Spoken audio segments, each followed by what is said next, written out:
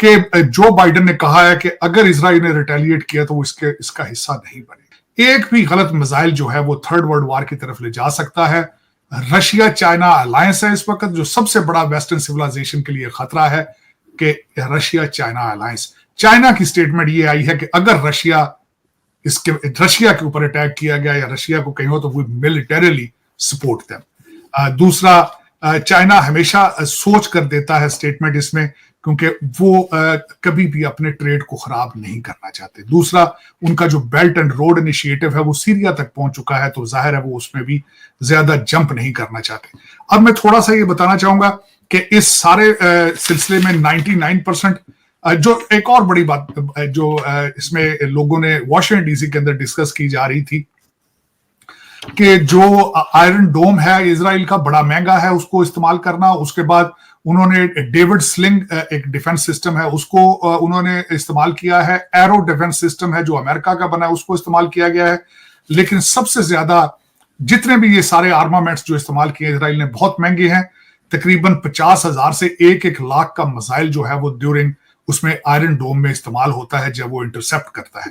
Versus Iran ने जो technology use की ज्यादातर ड्रोन्स में जो कि अमेरिकन टेक्नोलॉजी की रिवर्स टेक्नोलॉजी से बनाई गई है वो तकरीबन सुना है बहुत सस्ती है, 500 से $1,000 या 1,500 तक वो बनता है।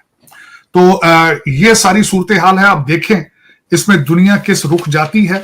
आज अमेरिका की तरफ से जिस तरह मैंने आपको बताया कि आर्मी जनरल वहां पहुंच चुके हैं और जो पाकिस्तान पे रिएक्शन आएगा अगर यहां से एस्केलेशन जाती है, पेट्रोल बंद होगा, ईरानी बॉर्डर पे स्मगलिंग बढ़ जाएगी। एक तो ईरान के रिफ्यूजी पाकिस्तान में आएंगे, दूसरा जो बॉर्डर पे आप चाहते हैं कि स्मगलिंग की जाए उसकी मिकदार बढ़ जाएगी। तेल भी स्मगल होके आएगा, जाहिर है जब रेड सी से नहीं आएगा। पूरी दुनिया में एक महंगाई का तूफान आएगा अगर इससे हम आगे जाते हैं। लेकिन अब देखें कि पाकिस्तान वैसे भी एक बंद गली में फंसा है। पिछले दिनों आपने पाइपलाइन की बात की अमेरिका से तो उन्होंने साफ जवाब दिया। अब आप पाइपलाइन की तरफ बढ़ते हैं तो $8 बिलियन IMF का रुक जाएगा। अगर आप पाइपलाइन की तरफ जाते हैं ईरान के साथ तो फिर अगर नहीं जाते तो आपके पास $20 बिलियन का उन्होंने आपके ऊपर केस करना है इंटरनेशनल कोर्ट ऑफ जस्टिस में। तो उस हालात से आप बड़े बुरे तरीके से फंसे हुए हैं। देखें आने वाले दिनों में अब क्या निकलता है आपके लिए।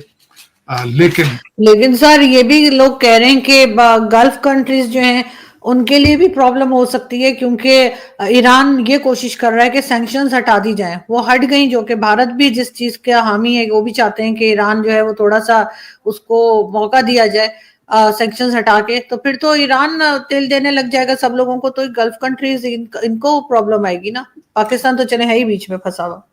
ईरान के लिए भी इश्यूज हैं, गल्फ कंट्रीज के लिए भी इशू, पूरी दुनिया के अंदर जब जाहिर है तेल की आमदोरफ्त बंद होगी तो उसमें तो एक कमोशन तो होगा उसमें। लेकिन यहाँ मैं थोड़ी एक आपको ऐड करना चाहूंगा कि जो कतर के अंदर इनकी आर्मी बेसिस हैं, बहरीन के अंदर भी आर्मी बेसिस हैं, इन्होंने इस जंग ये करने से पहले इन्होंने अमेरिका को वार्न किया है कि you can not use these army bases to attack Iran. ये एक बहुत बड़ी सिग्निफिकेंट बात थी, ये भी मैं आपको ऐड करना चाह रहा था। इस वक्त अगर देखा जाए तो दुनिया वाकई ही अगर देखा जाए तो बड़े नाजुक मोड़ पे है। अगर इजराइल ने इस पर रिटेलिएट किया तो the circumstances will be out of hand. जिस तरीके से मैंने आपको बताया कि बल्कि रशिया से ये खबरें आ रही हैं, रशिया चाइना ईरान और उनके साथ उनके एलाइज इराक यमन ये एक साइड पे होंगे, लेबनान एक साइड पे होगी, लाबी बनेगी, और दूसरे इजराइल के साथ उनके एलाइज हैं जिसमें अमेरिका सबसे आगे है, यूके है, फ्रांस है और ये दूसरे ममालिक हैं। लेकिन मैं समझता हूं कि ज्यादती है, इस पे इंसानी जिंदगियों का ज़िया होगा। पहले ही 34,000 से ज्यादा फलस्तीनी मारे जा चुके हैं। इतने ही दूसरी साइड से इतने तो नहीं है, तकरीबन 1200-1400 जो इजरायली मारे गए हैं। लेकिन मेरे ख्याल में जंगी मसलों का हल नहीं होते, मेरे ख्याल में डिप्लोमेटिक सोर्सेज को पहले इस्तेमाल करना चाहिए। लेकिन सर अमेरिका की तरफ से भी तो स्टेटमेंट यही आया था कि वो इस चीज को सपोर्ट नहीं कर रहे ना। वो ये कह रहे हैं कि इजराइल जो है वो पलट के दोबारा किसी किस्म का हमला करे। इस चीज को रोकने की ही बात अमेरिका और यूके सब तरफ से की जा रही, तो किसी को सुना नहीं जाएगा। भारत पहले ही कह चुका है कि वो इस तरह की चीज को सपोर्ट नहीं करते। कई बार पीएम मोदी ने भी कहा है कि जी ये वक्त जो है या जंग का नहीं है, इस तरह की वॉर्स का नहीं है। तो कोई नहीं सुन रहा क्या? नहीं, मेरे ख्याल में इजराइल जो है हमेशा अपनी मनमानी करता है। इस वक्त इजराइल की सबसे ख्वाहिश बड़ी ये है कि अमेरिका को किसी तरीके से ड्रैग करके वार में लाया जाए, और अमेरिका बड़ी मुश्किल से अपने आप को बचा के फिर रहा है, क्योंकि उन्होंने देख लिया है उनका टोटल इस वक्त अमेरिकन फॉरेन पॉलिसी है, they are gearing towards China. वो छोटे छोटे कॉन्फ्लिक्ट से निकाल के उन्होंने बड़ी मुश्किल से अपने आप को इस पोजीशन पे लाया गया है कि टारगेट करें वो चाइना को। लेकिन उसमें ये देखें कि इजराइल कुछ भी करने से पहले अमेरिका को वॉर नहीं करता, पूछता नहीं है। इजराइल अपनी मनमानी करता है और इस पे अमेरिकन बड़े डिसअपॉइंटेड हैं। अगर देखा जाए तो इसमें इस वक्त दो चीजें चल रही हैं। इजराइल के अंदर भी इलेक्शन होने वाले हैं, उसके ऊपर अगर वो आगे अपने आप को सही तरीके से प्रोटेक्ट या रिटेलिएट नहीं करते तो नेतन्याहू लूज कर जाएंगे। अगर वो रिएक्ट करते हैं तो यहाँ से हमारे बाबा जी बाइडन हार जाएंगे। तो दोनों तरफ पे इलेक्शन है, तो इलेक्शनों का भी एक सियासी भी इसकी सूरत हाल है। दूसरी एक जो नई चीज उभर के सामने आई है, पहले इस्लामिक वर्ल्ड को लीड करने के लिए दो मुल्क आगे आगे होते हैं, एक सऊदी अरेबिया और दूसरा टर्की। तो जब से उन्होंने ये अटैक किया, चाहे सेरेमोनियल अटैक है, चाहे नूरा कुश्ती है, जो लोग कहते हैं कि उन्होंने फेस सेविंग की है, लेकिन जिस तरीके से पूरी दुनिया के इस्लामिक वर्ल्ड से उन्होंने रिएक्ट किया है, जश्न मनाए हैं, जिस तरीके से उन्होंने मुबारकें दी हैं, उसमें मेरे ख्याल में ईरान जो है ने गेन किया है, उसने पब्लिक सपोर्ट हासिल की है, और इसमें लूजिंग साइड पे जो नजर आ रहा है वो इजराइल अमेरिका है, और दूसरे टर्की और किंगडम ऑफ सऊदी अरेबिया है। जॉर्डन के खिलाफ भी इस वक्त मैं इंटरनेट पे मैंने देखा था, जो किंग ऑफ जॉर्डन है उसके खिलाफ एक पूरी कैंपेन जारी है। लोग उसके ग्रैंड फादर को इस वक्त क्रिटिसाइज कर रहे हैं, जिन्होंने वर्ल्ड वॉर फर्स्ट के अंदर अपना रोल अदा किया था। उन्होंने टर्किश को, ऑटोमन एम्पायर को सपोर्ट नहीं किया था, उन्होंने उनके दूसरे लोगों को, ऑपरेसर्स को, जो जंग लड़ रहे थे खिलाफ यूरोपियन, उनको सपोर्ट किया था। तो आज उनको भी कहा जा रहा है कि instead of with Iran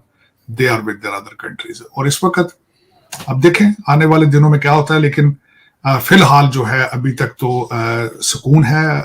Israel में कहा गया कि लोग शेल्टर से निकल आए बाहर, और ऑलमोस्ट दे आर नॉर्मल। देखें क्या होता है। लेकिन सर पाकिस्तान में तो बहुत से लोग ये भी कह रहे हैं, जो मैं टीवी चैनल्स वगैरह देख रही थी, वहाँ ये बात भी की जा रही है और सोशल मीडिया पर भी, कि ईरान ने सिर्फ एक कहना चाहिए धमकी के तौर पे या सिर्फ दिखाने के लिए किया, क्योंकि वो ये चाह रहे हैं कि सैंक्शंस हट जाए किसी तरीके से। तो क्या सैंक्शंस हट पाएंगी ईरान पे से? मुश्किल। देखिए इसमें सैंक्शंस अब उसमें किस तरह हटेंगी। एक तो जो बाइडन इस वक्त लैम डक उसको कहते हैं, लैम डक से मुराद ये है कि उनका एक पांव उनका व्हाइट हाउस से बाहर है, एक अंदर है। लोग, सारी दुनिया जो है, डिप्लोमेट्स परेशान है। लोग समझते हैं कि Donald Trump is coming back. Donald Trump वापस आते गए तो उनका सबसे बड़ा पहला जो स्टेप पिछले दौर में वो हमेशा ब्रैग करते हैं कि मैंने ईरान को सैंक्शंस के जरिए चोक कर दिया था। तो वो अगर रिपब्लिकन एडमिनिस्ट्रेशन आती है वापस, तो मेरा नहीं ख्याल ईरान से सैंक्शंस हट पाएंगी, बल्कि और ज्यादा टाइट हो जाएंगी। लेकिन इसमें अगर देखा जाए, इस वक्त लोग जो बार बार कह रहे थे कि उन्होंने जो अटैक किया है, शायद वो कहते हैं हमने टेस्ट किया है इजराइल के डिफेंस सिस्टम को।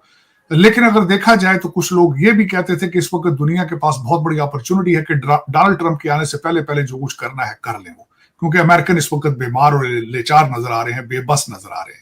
लेकिन डोनाल्ड ट्रंप जब वापस आएंगे तो जाहिर है वो पेंटागन को स्ट्रॉन्ग करने की कोशिश करेंगे।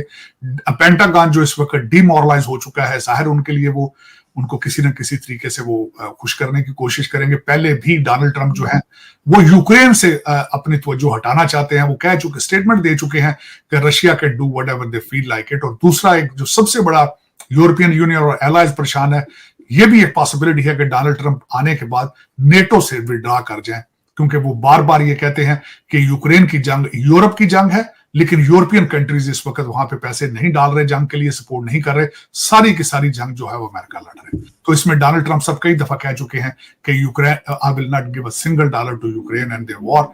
तो इसमें एक पूरी दुनिया का एक दफा सारी पॉलिसी चेंज आएगी।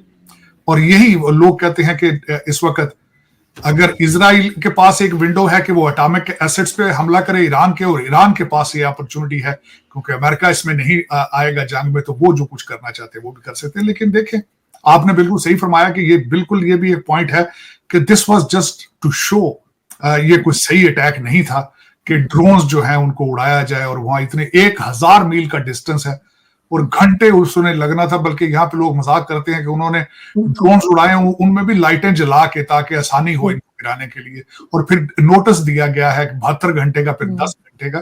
तो ये दिस वाज नूरा कुश्ती थी, सारा ड्रामा था। बिल्कुल सर, बहुत अजीब लग रहा था।